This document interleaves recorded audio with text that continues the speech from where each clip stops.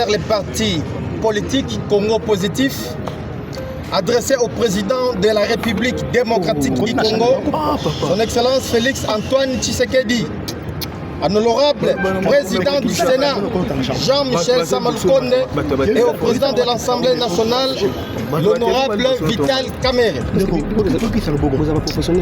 Excellence, Monsieur le Président de la République, chef de l'État, honorable président du Sénat, honorable président de l'Assemblée nationale, depuis 1996, sous prétexte de chasser la dictature mobusienne et de résoudre les problèmes des crises récurrentes qui auraient pris une avalanche particulière avec le guerre, notre pays, la République démocratique du Congo, est prise au piège de son affaiblissement et de sa déliquescence.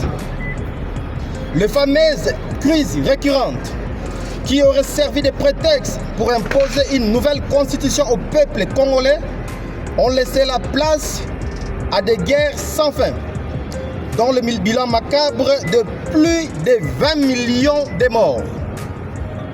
Sans compter les déplacés, les réfugiés sur leurs propres terres ainsi que les pertes occasionnées par l'exploitation sauvage et illicite des ressources de notre pays. Et parmi les instruments utilisés pour affaiblir notre pays, il y a sans conteste la Constitution du 18 février 2006, telle que modifiée par la loi numéro 11/00 du 20 janvier 2011, portant modification de certaines dispositions de la Constitution du 18 février 2006. Cette Constitution organise un certain compromis au nom d'une certaine paix. Mais, Excellence, Monsieur le Président de la République, honorable Président de chambres respectives, depuis quand la paix peut-elle tuer les Congolais tous les jours au point que nous dénombrons jusqu'à plus de 20 millions de morts? Depuis quand la paix peut-elle faciliter l'occupation des territoires entiers de notre pays? Le compromis qu'organise cette constitution a montré ses limites face aux âges existentiels de notre pays.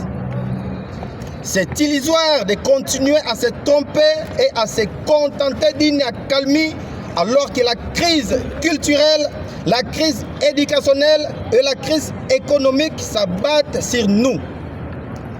Curieusement, tout le monde rejette la situation.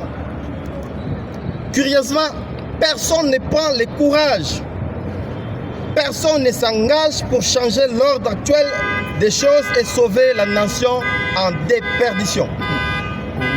La nation en danger. Les institutions de la République, comme les citoyens eux-mêmes, sont comme anesthésiés. C'est la résignation. Ceux qui sont dans un certain confort s'en contentent, au grade d'âme du plus grand nombre d'entre nous, les Congolais. Partant du domaine de la défense et sécurité, notre pays a les mains liées, alors que dans les constitutions de ceux qui agressent notre pays, il est prévu de prévenir toute attaque contre leur territoire de manière préventive.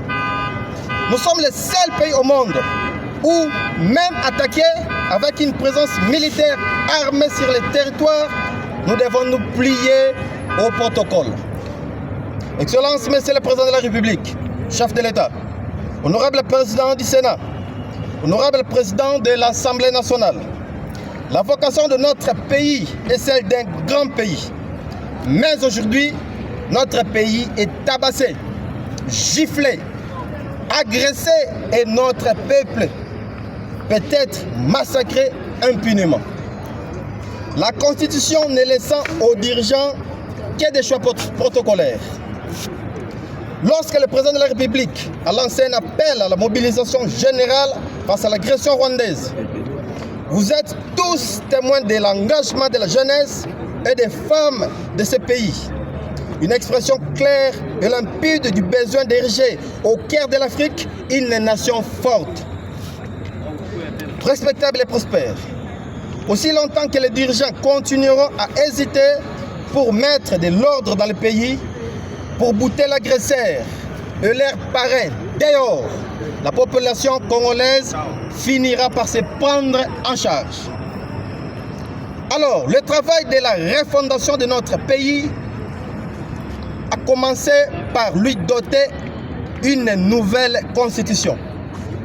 Une constitution qui affirme des principes forts en matière de défense et sécurité, en matière d'éthique et de moralité, en matière de citoyenneté et de probité, ainsi que d'intégrité, sans lequel le pays continuera de...